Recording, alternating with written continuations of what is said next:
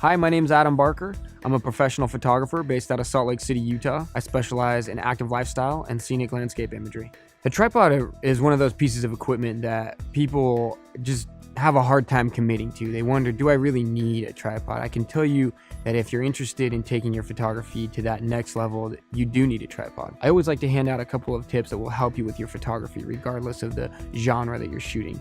The first and really kind of the simplest is to shoot early or late in the day when the sun is low on the horizon. This gives us soft, warm light. 90% of my work is done in the first and last 10% of the day when the sun is low on the horizon. We don't have very much light. So there are a number of scenarios where a tripod is very important, where shots are just impossible to achieve without having a tripod. One of them, for example, is this shot from San Francisco at the Twin Peaks overlook. It's a night shot. This is a long exposure, a 30-second exposure. So it simply would not have been possible to shoot this image without a tripod. Secondly, and this relates to composition or how we, arrange our photo, is the cardinal rule of composition, which is the rule of thirds. And the easiest way to think about this for a landscape photographer especially is to think about keeping that horizon away from the center of the frame. Like this sunrise shot from Mesquite Dunes in Death Valley National Park. With the wide angle composition, having a tripod to study my composition,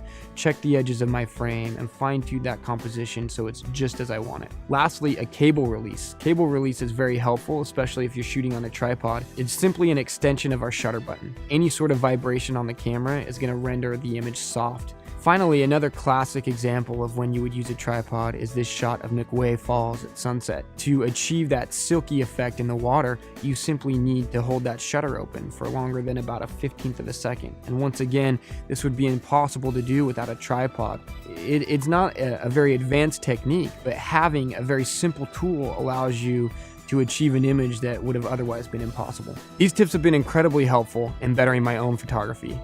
Go ahead and incorporate them into your workflow and have fun out there.